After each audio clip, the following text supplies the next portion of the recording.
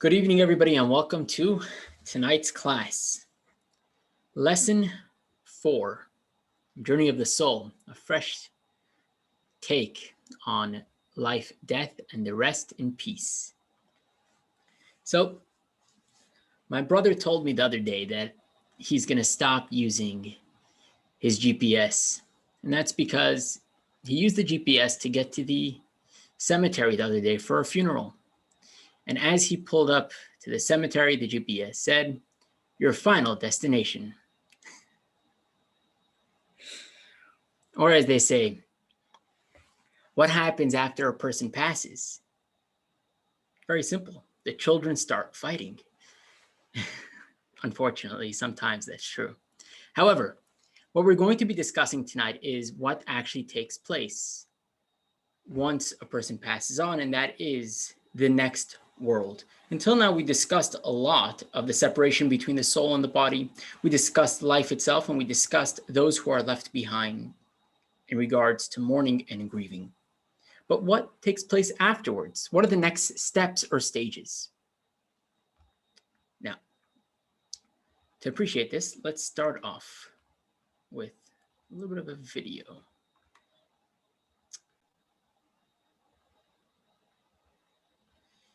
All right, can everybody see the PowerPoint? Perfect.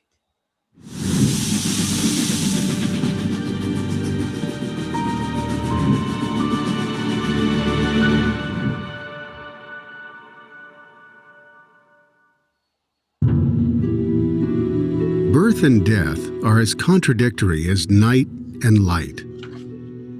But they are strangely associated with an identical Hebrew word, kever. Kever means a tomb where a body is buried. But kever also means a womb where life is formed. A womb is a gateway to life, while a tomb is a gateway to afterlife. But is there an afterlife? Or does laying a body to rest in a grave mark the absolute end? If it were within our power to interview a soul, we would undoubtedly glean insight into afterlife. Instead, we have chosen to eavesdrop on a set of twins in their mother's womb to shed some light on the before life. Hey, twin, I'm scared of birth. Why? It's the end of existence. We get ejected. We're finished. I'm also anxious, twin, but I'm not scared. Birth is supposed to be a transition to the real life. Huh. Don't give me the hiccups with your after-birth real-life fantasies. How can life be supported without an umbilical cord and amniotic fluid? Well, maybe it's a radically different form of life. Maybe we won't need the cord. I wish you were right. I keep kicking that thing away from my neck. Stop spinning for a minute and imagine, twin. After birth, we will enter a ginormous universe filled with light and with air that we will breathe through our mouths. Come on, grow some brain cells, will you? Mouths are not for breathing. Besides, if your postnatal paradise existed, why has no one ever returned from that realm? Forget it. Once we leave here, we collapse into cold, dry nothingness and wither into eternal gloom. I don't think Mother would allow that to happen. She nurtures us in this cozy womb. She sends us nutrients for months on end. For what purpose? Just to end it all with birth? No. Mother has greater plans for us than that. Now you're beginning to sound infantile. Do you see a mother lurking in some corner of the womb? Not a trace. Show me a mother. And as for your nutrients, can't you feel that annoying cord? Don't exchange empirical for fantastical. Thankfully, these two delightful infants made it safely to the other side. They grew up in the universe that one had described and the other had denied. And until today, they continue their clamorous debate. It is only that the topic of contention has slightly shifted from "Is there life after the womb?" to "Is there life after the tomb?"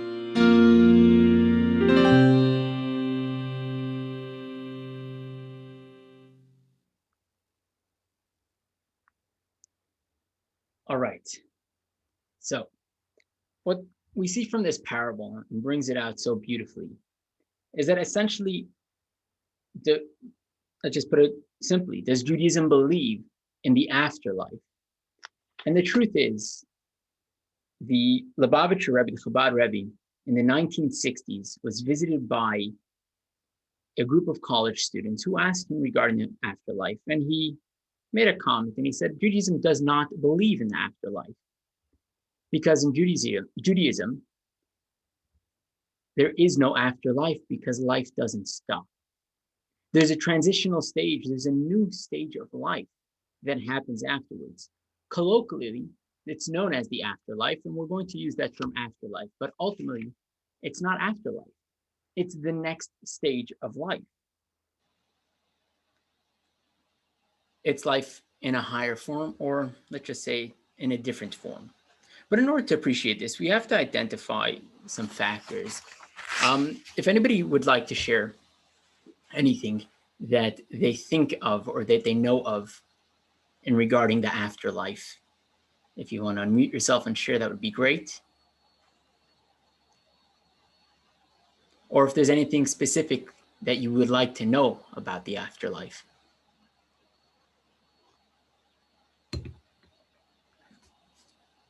All right, so we'll just go for it. We'll continue. Now, there might be questions on your minds, might not be, but one of the big questions is there a hell? And are any of us going to make it there? Now, before we really get into this, and this is what I want to explore tonight, is these different areas of afterlife. And I'm just going to call it for what it is. Obviously, we believe that there's a life, that the soul continues to live on, because just like physical matter never dies, for sure the soul never does. And the soul goes on to another place, as we explained in previous lessons. So obviously there is something there. Now the question is, what's there? So generally we know there's heaven and there's hell. That's what we're told. That's what we're taught. Some of us may be afraid of hell. Some of us may be excited about heaven. Some of us may know nothing about either of them and not even have any ideas. So let's just break this down and let's start with hell. What is hell? Now, if anybody has any ideas that they would like to share, go for it.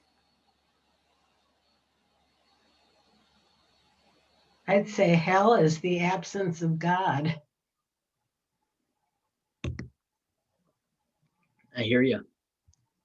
I used to have a teacher in school who used to say that hell is not such a bad place, but to send somebody there, that's bad. Now, obviously, the idea is in Judaism, we believe ultimately that there is nothing that exists where God is not. And therefore, even in hell, God created it, and there must be something about it. But before we really get there and to truly understand it, let's take a look in our textbooks at page 130. We're going to do a little bit of an exercise. This exercise has to do more with life in the here and now, as opposed to the hereafter. And there's a little exercise 4.3. If you can take a look, and there's this scale there. We have about 8 items. And if you can rank for yourself, you don't need to share your responses right now. Just take a moment. And from 1 to 10, what would you say is the most pleasurable to least pleasurable? 10 being the highest, 1 being the lowest. Be it happiness, Hawaiian cruise, lifetime of meaning, lifetime membership to an exclusive country club, love, social status, wealth, wisdom. As what is the most pleasurable thing to you on this list? Or in each one, how would you rate the degree of pleasure?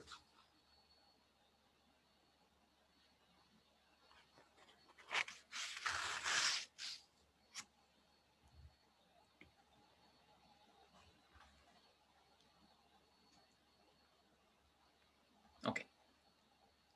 At this point, let's continue. We're going to get back to this exercise and you'll see what its significance in the greater scheme of what we're going to accomplish. And that is, when it comes to the idea of reward and punishment, we find something fascinating. You see, if you take a look on page 132, text number 1a, we have an idea as follows. Right? We're all brought up with this, or at least either we're brought up with it or we're made aware of it, whether we're religious or we're not religious. We know of the concept of reward and punishment, of God rewarding those who do good and punishing those who do bad. Now, in Judaism, if you take a look in text number 1a, this is a quote from Maimonides, a sage and scholar, philosopher, author, and physician who we've quoted numerous amount of times from the 12th century. And he writes as follows, and this is in his commentary on the Mishnah. Mishnah is one of the greatest works in Judaism from the 4th century. At this point, he breaks down the principles of Judaism into 13 points. In other words, all of Judaism takes everything about it and breaks it down into 13 core beliefs and principles. And he says as follows: the 11th of the 13 principles of Jewish faith is that God, blessed be He, rewards those who observe the commandments of the Torah and punishes those who transgress its prohibitions. Now, that's a pretty phenomenal statement. And we're going to have to discover, why is it so fundamental that we believe that God rewards those who do good and punishes those who do bad? Secondly, is Maimonides talking about during our lifetime or in the world to come? So he continues, and this is in text 1b on page 133. Maimonides continues and says, the greatest reward is the pleasure of the world to come. The strongest punishment is to be cut off from the world to come. So just a few things that Maimonides is teaching us here is, firstly, reward and punishment come both in physical forms and spiritual forms. Secondly, that the spiritual reward or punishment is primary. And at the same time, not just primary, but the spiritual reward is infinitely more enjoyable than any physical reward that one can receive. Now, based on this idea, we can actually appreciate the exercise that we did a few moments ago. And that is, I'm going to guess that on the scale of pleasure, the somewhat spiritual pleasures ranked higher, for example, a lifetime of meaning, happiness, and love, may have been of the highest levels of pleasure, as opposed to a Hawaiian cruise or wealth, as much as we may want these things. But ultimately, what is most pleasurable for a human being are these things that we don't necessarily can touch with our hands. And the more we grow, as we're going to explore soon, the more we grow, the more sophisticated our pleasures become. But ultimately, it's these spiritual pleasures that even in this life are more valuable. So for sure, once the soul leaves the body. Now, just an interesting concept to mention, to note. We don't find anywhere in the Bible, in the Torah itself, in the 5 books of Moses, that the concept of spiritual reward and punishment to be mentioned. And if it's such a fundamental idea in Judaism, why is it not mentioned in the core text, in the Torah? It's brought in the oral tradition. It's taught all over in the Zohar, in the Talmud, in the Mishnah, in all of our scriptures from our sages. But why in the 5 books of Moses is it not mentioned? Even in the prophets it's mentioned.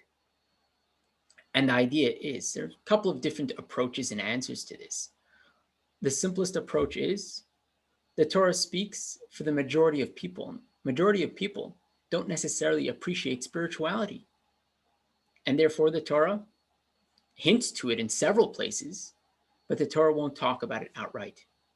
Another idea is so that people don't become obsessed with the reward of the afterlife and focus on the here and the now, which is most important, as we will see at the end of tonight's lesson.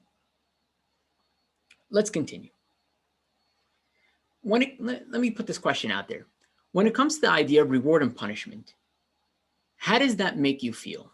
If anybody wants to chime in on this. Right, this idea that there's this great infinite God who created the universe, who created human beings, who gives us free choice, and he's keeping score to reward us and to punish us. Does that not belittle God?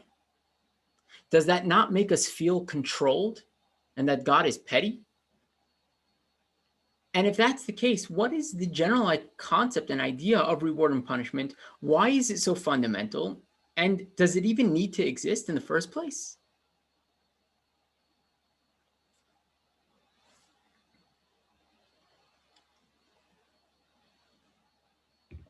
Okay, so on a simple level, we can say that, you know what, you're right. In an ideal world, there is no need for reward and punishment because there's no need for God to control us. There's no need for us to have these incentives. However, that is talking about an ideal utopia. But the fact is we live in a world where we're not always so selfless.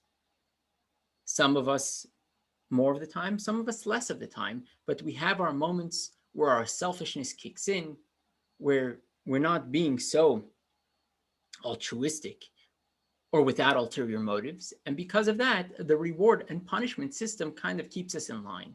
But ultimately, you're right. It's not the greatest idea. It's not the best thing to have. It's not most ideal, but sometimes it's necessary.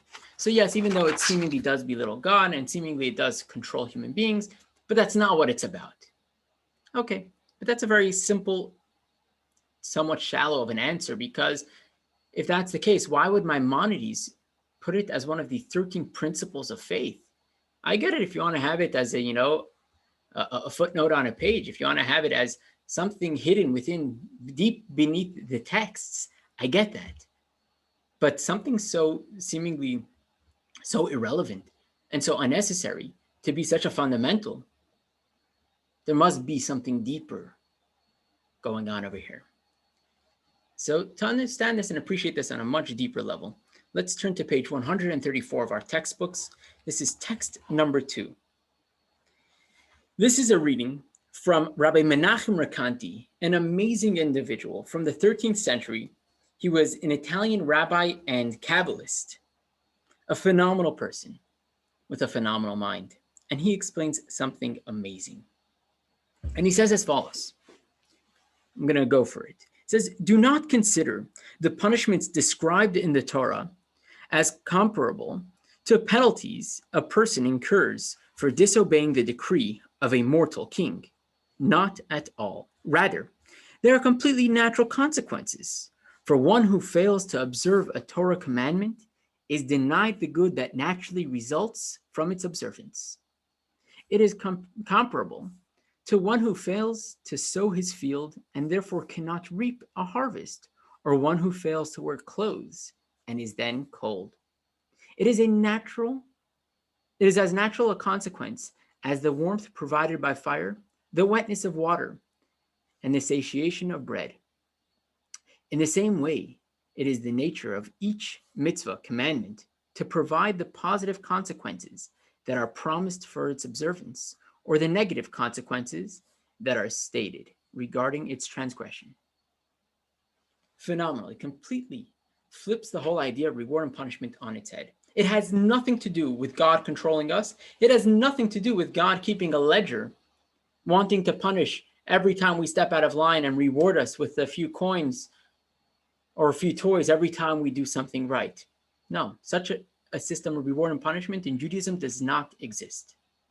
Rather, it's the idea of consequences. When we do good, it results in good. When we do something bad or negative, it results in that. It's a natural consequence. I'll give you an example. When it comes to the idea of reward, in the general sense, the way we're accustomed to understanding, it is something along the lines as follows. If you work, it doesn't make a difference what profession, you'll make money, and if you make money, you can buy food. However, in this system, there is something inherently flawed because your work and your money have nothing to do. One to the other has nothing to do. The simplest proof is you have so many different types of people who have different types of work, and they're going to get different amount of money. You'll even have two people who are selling the same exact thing.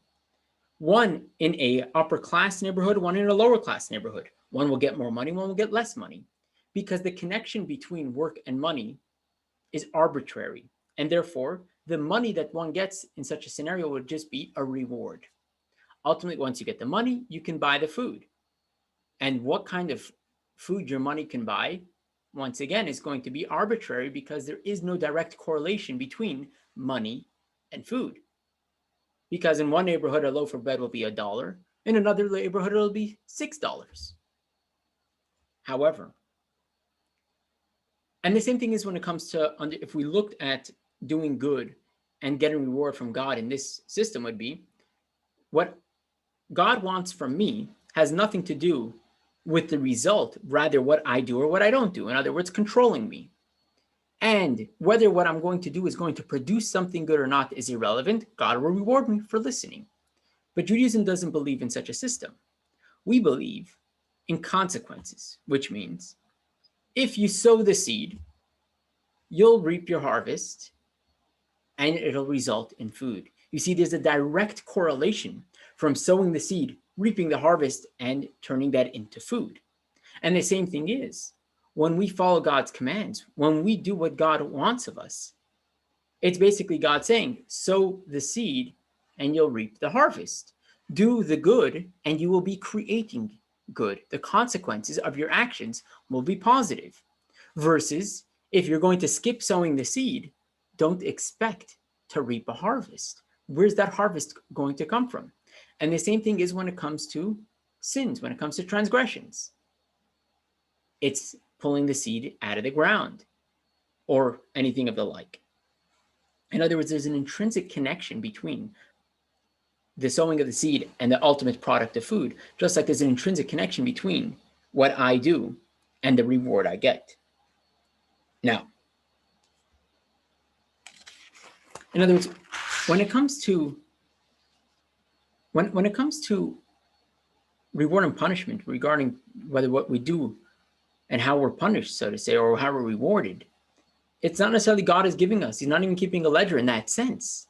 It's that these are automatic consequences of our actions.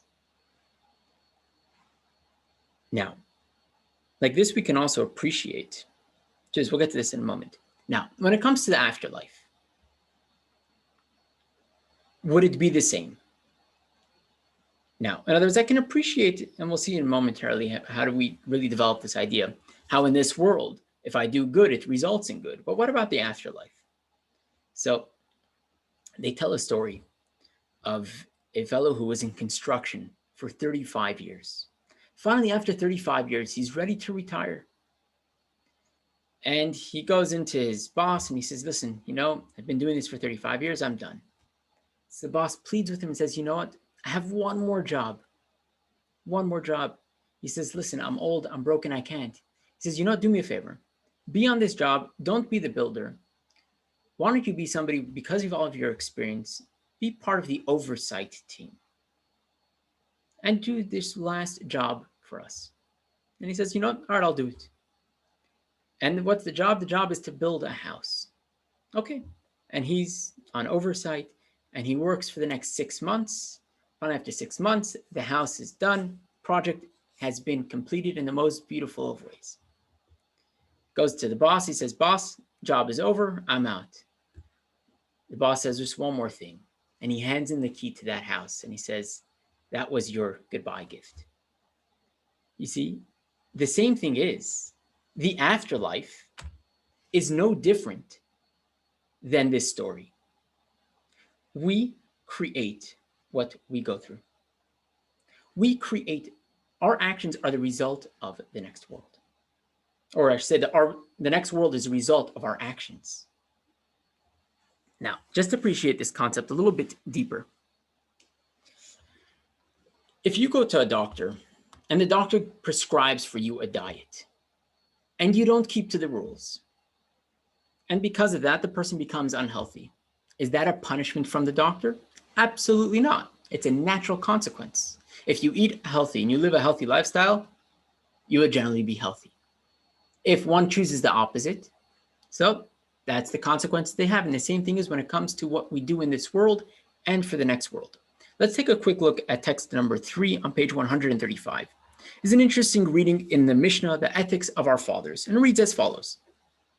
The reward of a mitzvah is a commandment. So the reward of a commandment is a commandment. The retribution for a sin is a sin. So On a simple level, this is saying that the reward of a commandment is that if you do a commandment, you do a good deed, you will have the opportunity to do another good deed. In other words, you're more likely to do good. The more good you do, the more good you're likely to do. And the more sins that you transgress, the more likely you are to transgress. But that would be too basic, and it doesn't really fit with the words completely. On a deeper level, what this teaching of our sages is telling us is no, when you do a commandment, your reward is the commandment itself, which means when you do a good deed, your reward is the consequence of the good deed that you do. When you do something good, you create goodness in your life and in your atmosphere. When a person does bad, they're creating that same exact thing in their life and in their atmosphere. Just an example of this. A person who robs a bank, they might be punished through a court system, but that's not their biggest punishment. Their biggest punishment is that they rob themselves of their own dignity by degrading themselves to rob. That is the greatest, that is their greatest robbery, and that's their greatest punishment. Or think about a couple in a relationship. If one spouse is going to treat the other one in a nasty way, the greatest punishment for that is the toxic atmosphere that is created from those actions. And right there we see that it is our actions that completely create our reward and our punishment, because they're not reward and punishment, rather consequences. And like we said, the same thing is in the world to come. The world to come is just what we create. Let's see this as in text number 4, page 136. This is actually a beautiful thing. Let's read it. This is from, he is known by his book called the Sfat Emes, Rabbi Yehuda Aryeh Leib, Alter of Gur, from the 19th century Hasidic master who lived in a small town called Gur near Warsaw, Poland. And it reads as follows. The fires of Gehinnom, or hell, are stoked in direct proportion to the degree to which the wicked fan their fiery passions. That's a quote from the Zohar. Accordingly, we must say that Gan Eden, referring to paradise, is amplified by the tremendous passion that the righteous invest in their Torah study and in their performance of God's commandments. They take great pleasure and delight in God himself, and their deeds generate a corresponding abundance of light in paradise.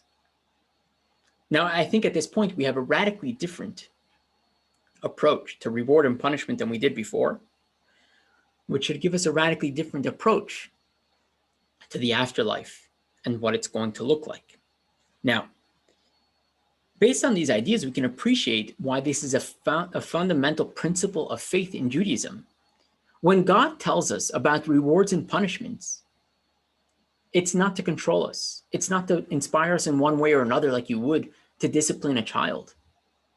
Rather, it's to tell us that what we do makes a difference and that God has our best interest in mind. And therefore, by telling us, this is what I want from you, is God saying, I want you to live your best life.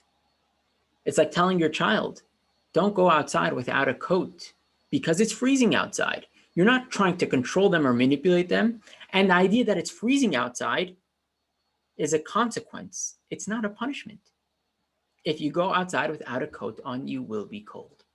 And that's what God is telling us when it comes to reward and punishment. So it's not about this God who wants to control us and manipulate us. And it's not about belittling him or us. Rather, it's God showing us that each and every one of our actions makes a very deep impact on our lives and the people around us. Now, time for the video meditation before we continue.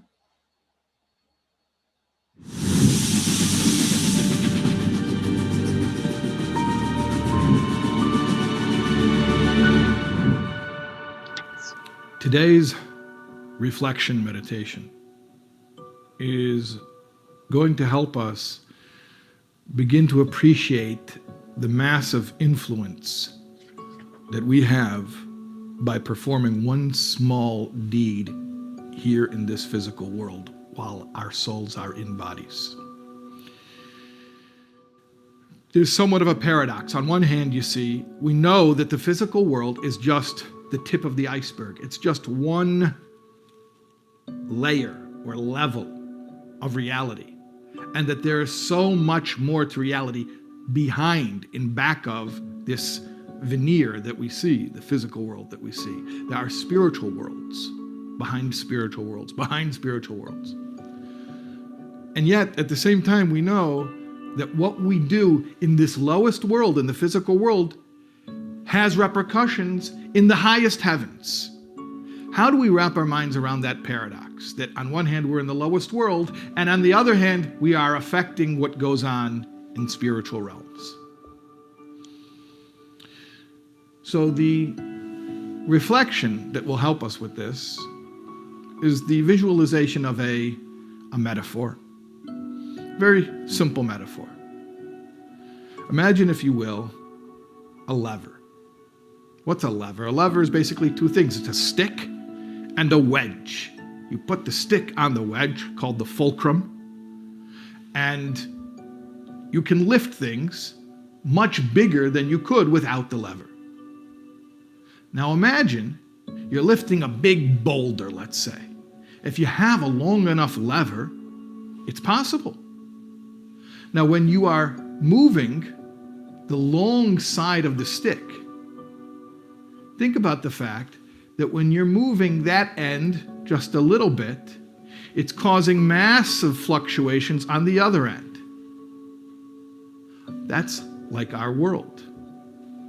On one hand, we're very far away from the fulcrum, but it's precisely because we're far away, then little movements on this end cause massive movements on the other end.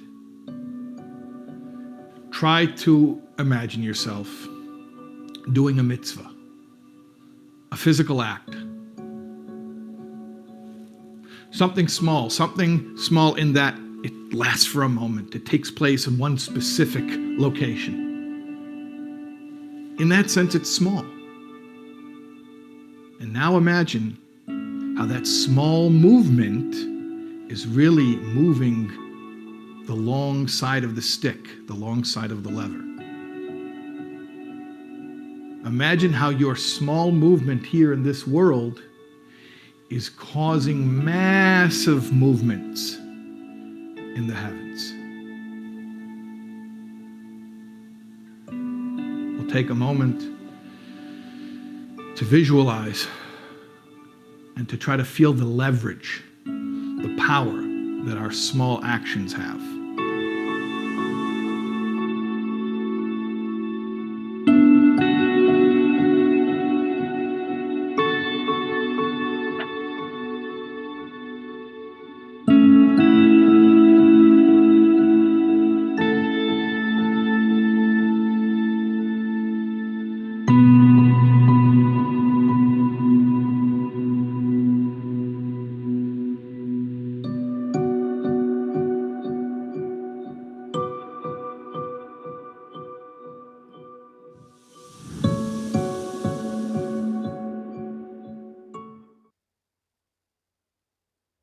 All right.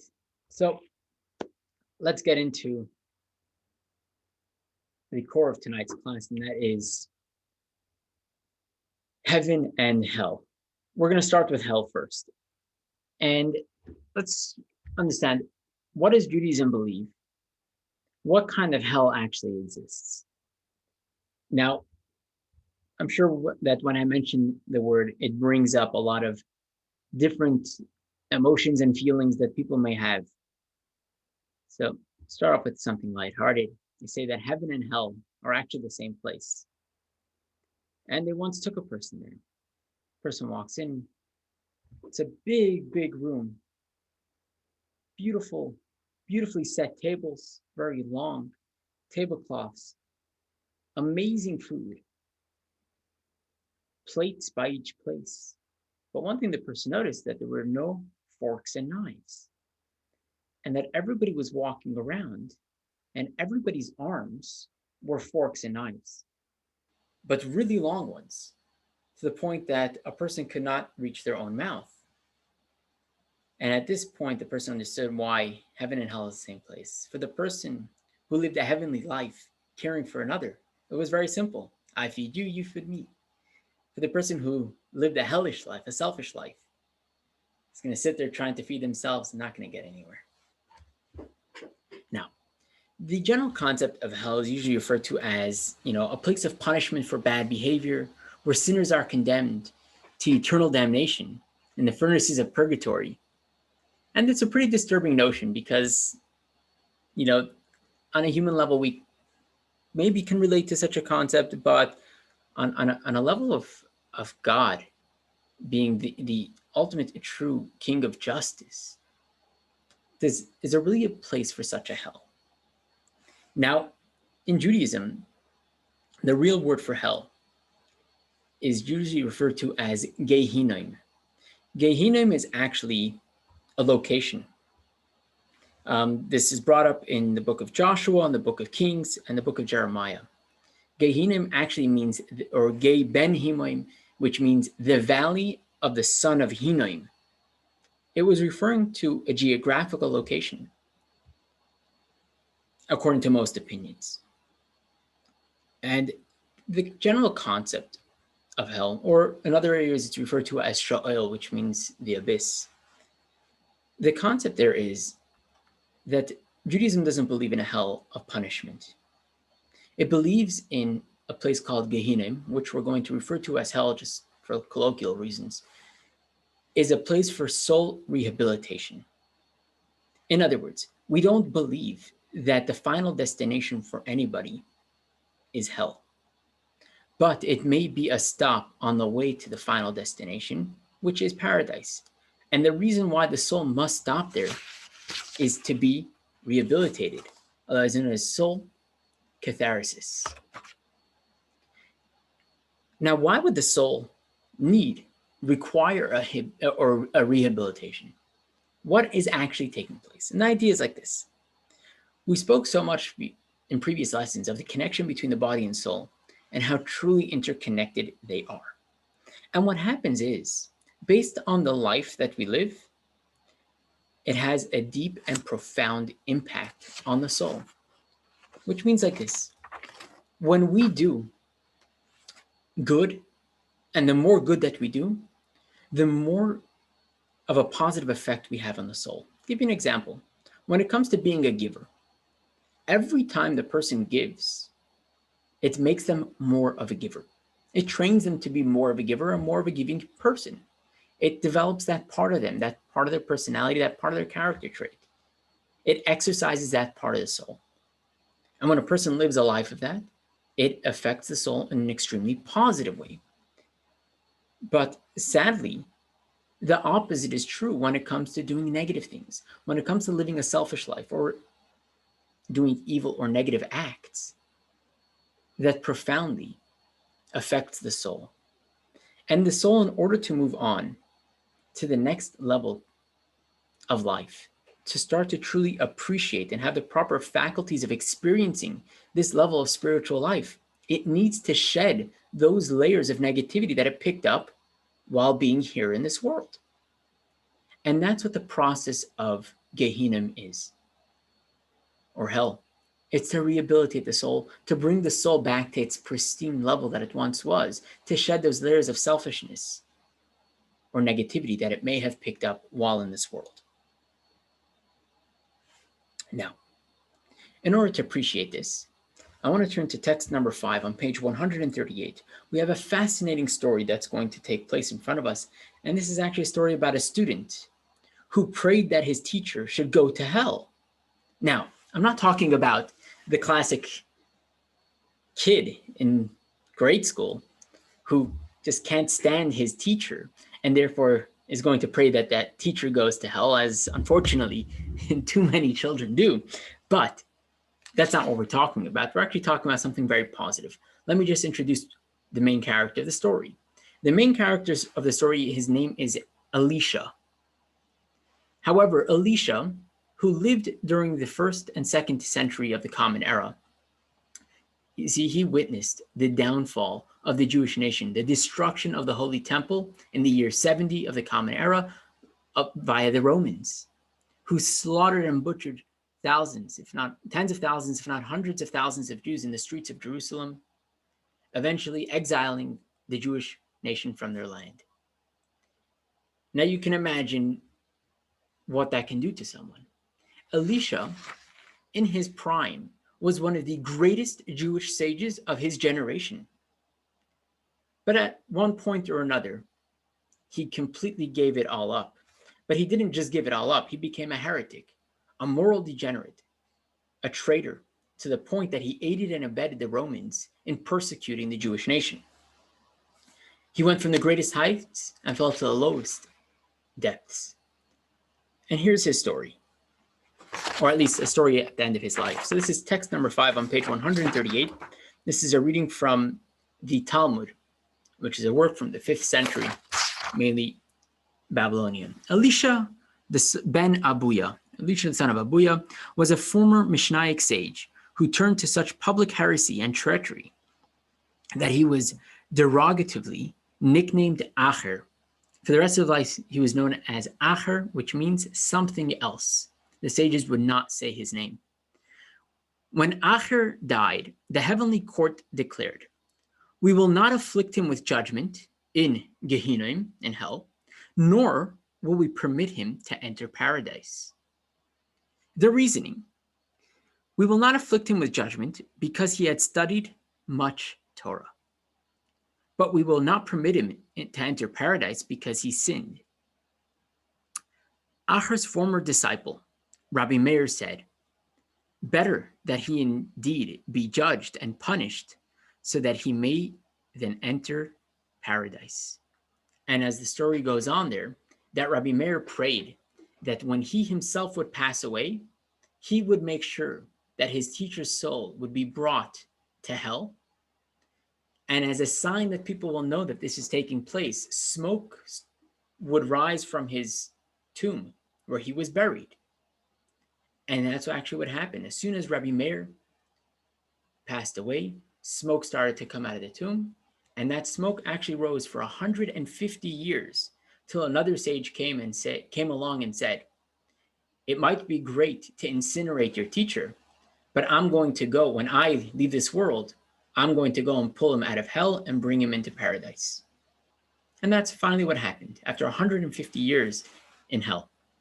Now, what this passage in the Talmud really teaches us is that the worst thing for the soul is not hell.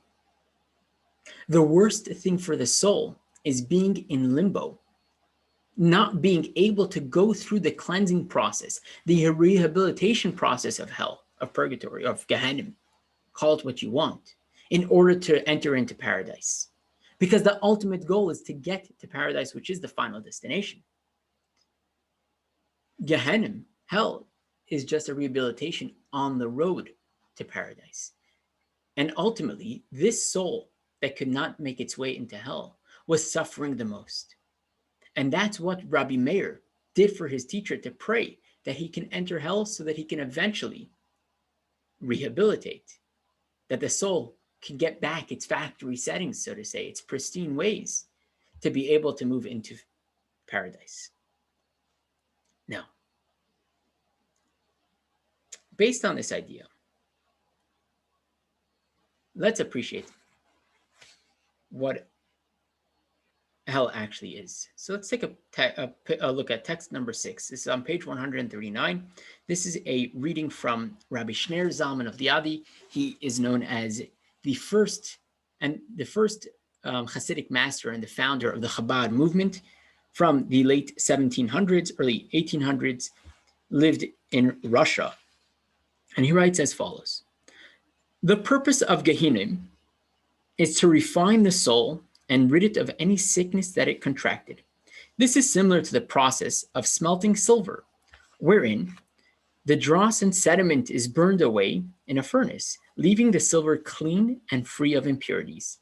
Similarly, for the soul to be able to experience the light of the supernal pleasures and bask in God's radiance, it must first be refined in the spiritual fire of Gehinnom, whereby the negative is purged from the positive."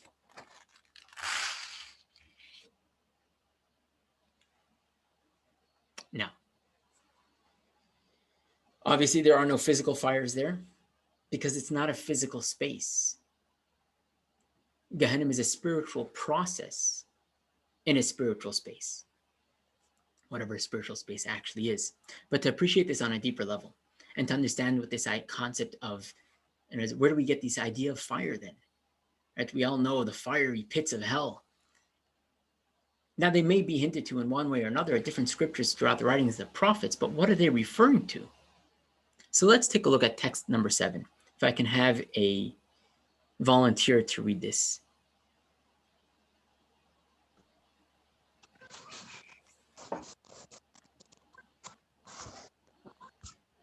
I'll do it. Thank you. Then an individual will also see himself in a new light. Even in our mortal physical state, looking at oneself can sometimes be pleasing and at other times very painful. Imagine standing naked before God with your memory wide open, completely transparent, without any jamming mechanism or reducing valve to diminish its force. You will remember everything you ever did. You will see it in the light of the unshaded spirit, or if you will, in God's own light that shines from one end of creation to the other. The memory of every good deed and mitzvah will be the sublimest of pleasures, but your memory will also be open to all the things of which you are ashamed. They cannot be rationalized away or dismissed. You will be facing yourself, fully aware of the consequences of all your deeds. We all know the terrible shame and humiliation experienced when one is caught in the act of doing something wrong. Imagine being caught by one's own memory with no place to escape. A number of our great teachers, Yosef Albo Ichraim, Manasseh ben Israel, Nishmat Chaim, write that the fire of Gehenna is actually the burning shame one experiences because of one's sins. Of course, these concepts, as used by our sages, may also contain deeper mysteries and meanings, but a major ingredient of this fire may be shame. How else could one characterize the agony of unconcealed shame upon a soul? We are taught, Talmud, Ediot, that the judgment of the wicked lasts 12 months. The pain eventually subsides. Thank you. And what a phenomenal concept here. And that is that we're not dealing with, like we said before, we're not dealing with any physical fire. So what is this burning? What is the heat? The heat is the shame. And that is that the soul has to stand there, recognize everything it did throughout its existence here on earth in a physical world, and has to live with that. And when the soul knows that it didn't live up to its fullest potential, when it knows that it did things it shouldn't have, and on all of these experiences, it's extremely painful and shameful for the soul. And that is the pain that it experiences when it stares truth in the face, and there's no running away, there's no escaping. This process, as painful as it is, but it's also extremely cleansing. I'll give you an example of somebody who's in therapy. For whatever reason that they're going to therapy to deal with certain issues that they have to be able to be completely raw, vulnerable, and open. And it hurts at times to do that. But we know that that's where the greatest growth lies, when we're willing to do that and go through that painful process, because what comes out is our best self. And the same thing is the soul. Everything that it experienced here on this earth, there are things that need to be shed. And the only way to do that is by that process of staring truth in the face. And ultimately, it ends up being able to experience paradise in its fullest sense. Now, how long does one have to go through this process? Because to a certain extent, if it's about shedding many of the experiences that we had in this world, how many people can actually evade the experience of hell? So let's take a look on page 141, text number 8. And this is a reading from the work of the Mishnah, 3rd century work, Babylonian and Israel, and it reads as follows. The maximum sentence of the wicked in Gehinnom is 12 months. So, there needs to be parameters here, and the idea is like this. There are exceptions to the rule of really, really extremely wicked to the core people who will be there for more than 12 months. Just one example we saw before, the fellow who got nicknamed Acher spent 150 years in hell. People who are rotten to the core will spend longer. But somebody who lived a really bad life, but not to the point of, changing the world type of evil, they can spend 12 months. There's a letter from the previous Chabad Rebbe, which was penned in the year 1942. He explains that for your average good person, it's anywhere between 1 month and 4 months of time that it takes for the soul to rehabilitate itself from what it has gone through just by living in this physical world. Now,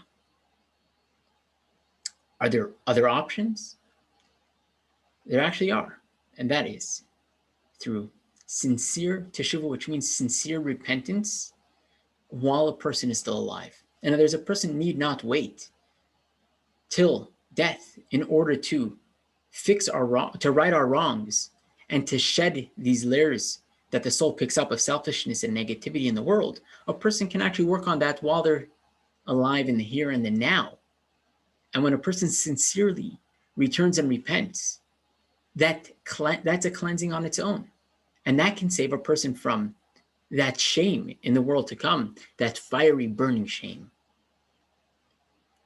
Along with that is that there's one more method, and that is when a person experiences any level of discomfort or pain in this world, that in itself is a cleansing process. Now, what do I mean by discomfort? The Talmud tells us if a person sticks their hand in their pocket expecting to pull out $5 and only finds 4, even that is considered pain enough and displeasure enough to be somewhat of a cleansing process. And I'm sure that all of us have gone through more pain than that in our lives, which are all different stages of cleansing. The purpose for this is, as we can read in text number 9, is as it says in the Mishnah once again, each member of the Jewish people, and it refers to more than just the Jewish people, as many other passages in the Talmud and commentaries point out on the spot, has a portion in the world to come. As it is stated in Isaiah, your people are all righteous, they shall inherit the land forever. They are the branch of my planting, the work of my hands, in which I take pride. Referring to the concept that the ultimate destination for all of us is paradise. Nobody gets stuck in hell forever. Okay. Now, that concludes our exploration of hell. Are there any questions that anybody would like addressed before we move on to the next stage to deal with paradise?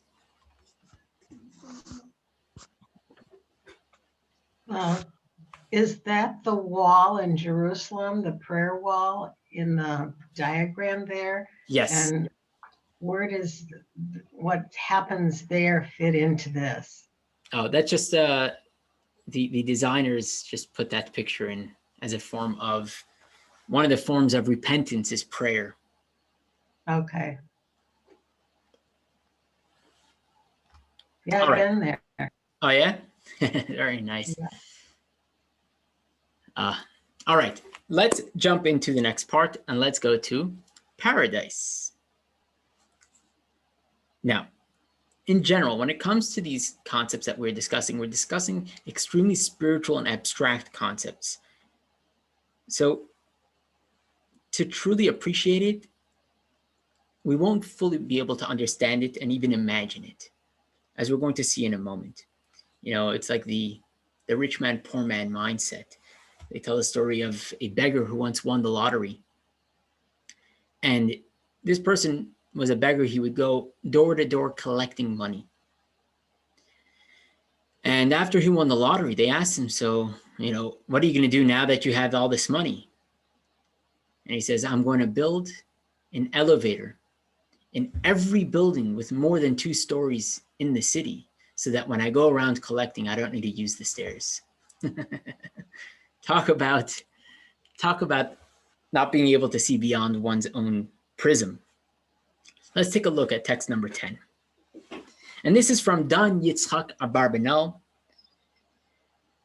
who was an amazing Jewish scholar from the late 1400s, early 1500s, who actually served as a minister in the court of King Alfonso V of Portugal, eventually having to leave during the Spanish Inquisition, the expulsion, and lived the rest of his life in Italy. And he writes as follows: spiritual reward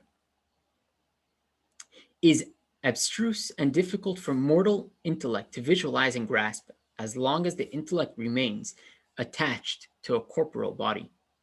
Just as one who is blind cannot grasp the concept of colors, so the spirit that is engaged with corporality cannot grasp purely spiritual matters. And therefore, to ultimately grasp the idea of paradise and even hell, as we discussed before, we may not be able to do that. But what we are going to try to do is to give a few parables and explanations to gain a vague understanding of these concepts. Now, let's take a look at text number 11, see what the Talmud has to say about it. This is on page 144. It reads as follows: in the hereafter, there is no eating, drinking, procreation, commerce, jealousy, hatred, or competition. Rather, the righteous sit, their heads adorned with crowns, and they delight in the radiance of the divine presence. Now, we mentioned before in the beginning of the class the concept of pleasure. And pleasure is something that exists from day one and is constantly ever changing as we get older. We started at lollipops, then we got to toy blocks, and then we started drinking fine wines, moving music and abstract ideas. Ultimately, one of the greatest pleasures of a human being is the closeness and the connection that we have to other people. That intimate relationship that we have, be it with our spouse, a parent relationship, siblings, a child, or a close friend. These are the deepest relationships and the deepest pleasures that a human being will have throughout their lifetime. Every time we do a good deed, what we essentially are doing is creating an intimate bond with God.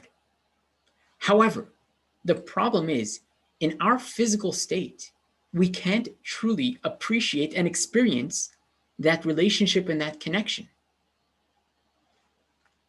But as soon as the soul leaves the body and comes to heaven, comes to paradise, paradise is just experiencing the relationship that we created while here in this physical earth, a soul in a body. Okay. Now, just on the concept, once we're here, are there any psychological benefits to these ideas? And the idea is as follows, that based on studies that they've done throughout the years, exploring this concept, whether spiritual and religious beliefs can help us out. So 94% of people say that there are some positive effects, that religion is a source of strength for somebody going through this. Someone who is going through the bereavement process, and the belief that the afterlife helps with that there is afterlife. In other words, that we know that our loved ones are actually in a better place, definitely help us have a more optimistic view on the future and be able to be stronger in the here and the now. And these are just some of the certain benefits, the fringe benefits that come along with many of these concepts. And if you want to take a look at these studies, you can have a look in your book on page 144, figure 4.1, but we're not going to get into that right now. Now, on this concept of paradise ultimately, which is the ultimate destination of the soul, of where it's going. Let's understand what our relationship is with that soul while there, and what that soul can actually experience while there. And the Talmud tells us something fascinating, that you see, so the soul ultimately comes into this spiritual place, is able to experience this relationship and this closeness with God that it created while here in this world. And being that the soul is spiritual, don't think that it's a one size fits all. Just like the experience of this physical world, no two individuals will experience it the same. The same thing is in the spiritual world. No two souls experience it the same. Much of it is based on their experience here in this world and what they did, and they progress from there. Day after day, they go through gradually progressing through different spiritual elevations. The Talmud tells us that the righteous have no rest in the world to come, believe it or not. However, besides for this gradual growth process, once a year, on the day that commemorates their passing, the soul actually takes a quantum leap in its spiritual growth and its experience. Now, what's interesting is that as great of an experience that the soul has, and like we explained before, the most pleasurable place in the world for the soul is to be in paradise. But the most important place is to be down here, as we discussed last time. And because of that, the soul has no opportunity to do mitzvahs, to do commandments, to do good deeds, because it's a spiritual being. It has no way of expressing itself in that sense. All it can do is live off of what it put away while here in this world. And based on what it put away, that's how it grows and that's how it moves on. Now, is there any way that the soul can actually be elevated beyond what it did while it was here in this world? In other words, is there a way to, so to say, an intervention mechanism or an override command that can actually help the soul out in its spiritual world where it is now? So let's take a look at text number 12. So on page 146, this is from Rabbi Shlomo ben Aderet, one of the medieval sages who lived in Spain in the 1400s. And he writes as follows: when individuals act righteously and are outstanding in the service of their Creator, they generate tremendous merit for the souls of their parents. This merit is simply by virtue of their parents having served as the instruments of their births. It is the parent who enables their soul to be born into this world, which in turn enabled the many righteous deeds that they perform. The parents, therefore, have a share in their meritorious acts. However, anyone's charity or prayers on behalf of a departed person are beneficial for the soul of the deceased. It is therefore a Jewish custom to give charity and do other good deeds on behalf of the deceased in order to cause satisfaction to the soul. So we can actually change the reality that the soul of the departed goes through even once they're gone. Because we're still living in the physical world in the here and the now, and our actions have a huge impact on the spiritual world. And this is broken up into two categories. If we are the progeny of the deceased, then essentially anything we do that is positive affects the soul because we are a result of their decisions. However, when it comes to other people who are not related, then all that needs to be done is a meditated action on behalf of the departed, and that will ultimately affect them. Now, are there particular times to focus on this? There definitely are. There are auspicious times for this level of growth, and that is either during the first 12 months after passing, and we see this also correlates with the idea of the judgment, which we spoke about before, and how we see that a person is more on our memory within the first 12 months than after. Then there is on the yard site, which means the day that marks the passing each year. And then the third concept is what is known as Lisker, a special prayer chanted 4 times a year, and that is on Yom Kippur, the holiest day of the year, Shmini Atzeret, which is the conclusion of the Sukkot holiday, Passover, and Shavuot. Special times where we mention the souls of the departed in order to help them out in their reality, in their new world. Now, what are different things that we can do? If we take a look on page 147, figure 4.2 just gives a little bit of a breakdown, and that is donating to charity. There is attending a Lisker service, which is when we commemorate and give charity in honor of the deceased, study Torah, study the Bible on their behalf, or provide financial support to an institution which is dedicated to studying the Torah, sponsoring a Torah class, donating books, or even writing a Torah scroll in that person's honor. And if you look at figure 4.3 on page 148, these are different customs of what to do close to the time of that demarks the passing of the person who passed away. Okay, now let's move on. And at this next part, one of the most famous Jewish prayers is known as the Kaddish. The Kaddish is a prayer that is recited as part of prayer, but in addition to that, there's a special concept that the mourners will say this prayer throughout the 12 months, or really 11 months, following, as the next of kin, following somebody who passed away. And then every year, on the day that marks the passing, the anniversary of the passing, they will also say this special prayer throughout at least 3 times during that day. Now, what's interesting is if you take a look at text number 13 on page 149, you have the text of the mourner's Kaddish there. We're not going to read the text inside, but if you cruise through it, you will not find a single mention of death or the person departed.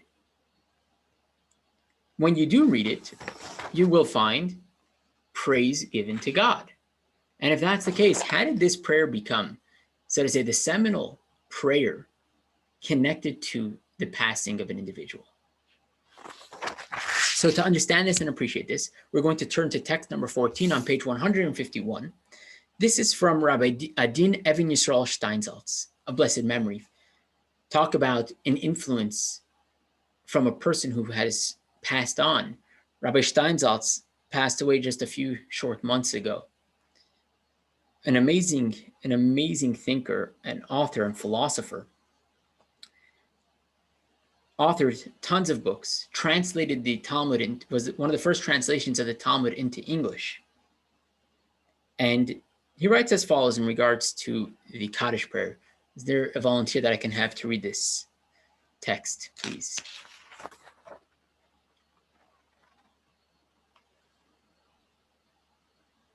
I'll read it, Rabbi.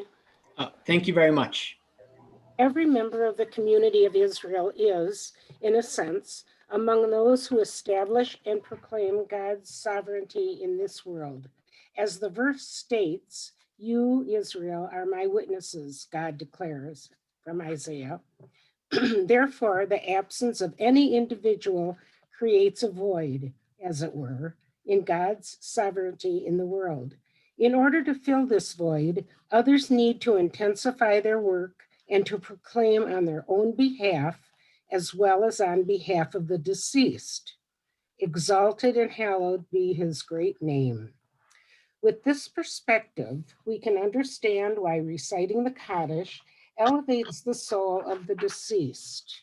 The aggregate of a person's actions and accomplishments in this world define his or her life. However, the tally of a person's achievements does not necessarily conclude at the moment of death.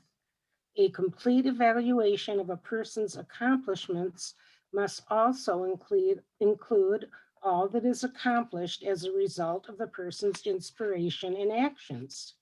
Therefore, when those who remain alive, and especially the person's children and descendants, whose very existence is a credit to their forebears, do good deeds, they contribute to the deceased's balance of accomplishments. For although the deceased is no longer active in this world, his or her actions continue to inspire positive deeds and actions. That is why the recitation of Kaddish elevates the soul, because God is being exalted in this world as a result and in the name of the deceased. Thank you very much. So ultimately, the concept is like this. The purpose of all of us, the reason why we all exist here in this world, firstly, as the Lubavitcher Rebbe, the Chabad Rebbe once said, that the concept of a birthday is the day that God said, this world is not complete without you. But what does that mean? What is our role? Each and every one of us exists to proclaim the greatness of God. Our mere existence is a representation of that, and every one of our actions that follows suit is there to praise the name of God.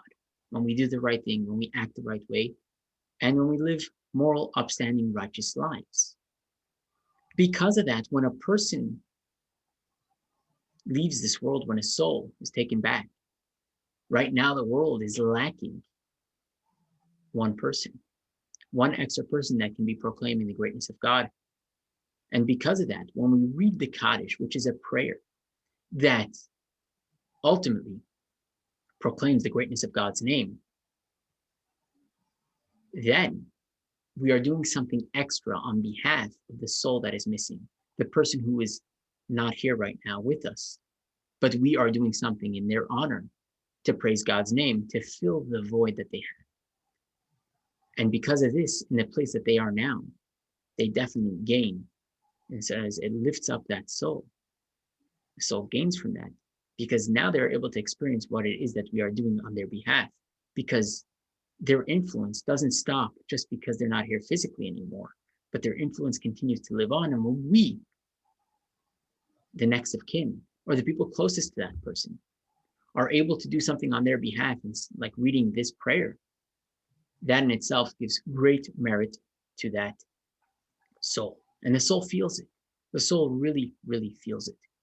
Now they tell a story of a child who was an extremely talented juggler, but his mother became blind. And when his mother became blind, he stopped juggling. And he used to say, I don't want to juggle if she can't see. Ultimately, she passed on. After her passing, he started to juggle again. And people close to him asked him, what happened? How come all of a sudden now you continue to juggle? And he responded, because now she sees. And that's the effect that we can have on the souls of those who have passed. Now, in regards to this general concept of the reward of the world to come, the reward of the afterlife, paradise, and the process of hell or Gehenna, like we said before, of getting there. But is that really the goal? And the idea is like this. Imagine for a moment that, somebody came along and created a person discovers the cure to cancer. And obviously, after discovering this cure, completely changing the world, they're obviously going to be, nominated for the Nobel Prize. They go and they receive the Nobel Prize along with the monetary reward that comes along with it. When this person continues to go around the world talking about their discoveries, do you think that they're ever going to mention that my greatest accomplishment was receiving the Nobel Prize? Absolutely not. The greatest accomplishment is that they solved one of the deadliest things that exist, cancer. Or imagine Jonas Salk, the one who discovered the vaccine for polio. Imagine if he would say that the greatest thing he's done was receive the Nobel Prize. No, the greatest thing he did was cure the world of a deadly disease. And the same thing is with COVID. It's not about the reward. And that's the idea. And that's why the Torah does not focus on the spiritual reward for the very simple reason, not that it doesn't exist, as we see, it's fundamental in our religion, it's fundamental in our faith. But the ultimate idea is that we are meant to be here in this world, making an impact and changing this world. It's not about the reward that we get in the next world. Will we get it? Yes. Is it going to be there? Yes. But that's never our goal or our focus. Imagine a scientist that all they want to do is do their research in order to receive the Nobel Prize. No, you do your research in order to cure the world of disease, in order to make an impact on this world. And that would be like a person who's living their entire life for the pleasures of paradise. It would be a completely ridiculous concept because they're missing the point. Let's take a look at two different texts that bring out this concept. On page 135, text number 15. This is a reading from Rabbi Eliyahu of Vilna, known as the Vilna Gaon, who lived in the 18th century as a great Talmudist and Kabbalist. And he writes as follows: the primary reward in the hereafter is the soul returning to its source and uniting with God. Certainly, however, it is even greater when the soul connects with God here in this world through the study of Torah and the performance of good deeds and commandments, for that is the purpose of creation. Another text, this is actually a quote of the first Rebbe, the first Hasidic master of the Chabad movement, which we mentioned before, Rabbi Shner Zalman of Liadi, from the middle of the 1700s till the early 1800s. This is a quote from his grandson. And he says, when our master and teacher, Rabbi Shner Zalman of Liadi, would enter a state of spiritual ecstasy, he would be heard exclaiming, I want nothing at all. I don't want your paradise. I don't want your world to come. I want nothing but you alone. And this is coming from somebody who, while in this physical world, truly understood what spirituality is. But he understood that the most important thing, and where do we truly connect with God, is here in this physical world when we learn God's wisdom, the Torah, and when we do good deeds, acts of kindness, and fulfilling commands. That's when we ultimately, truly make an impact and connect with God. All right, now that concludes tonight's class. Next week, we will be discussing the concept of reincarnation, our beliefs, and its relevance.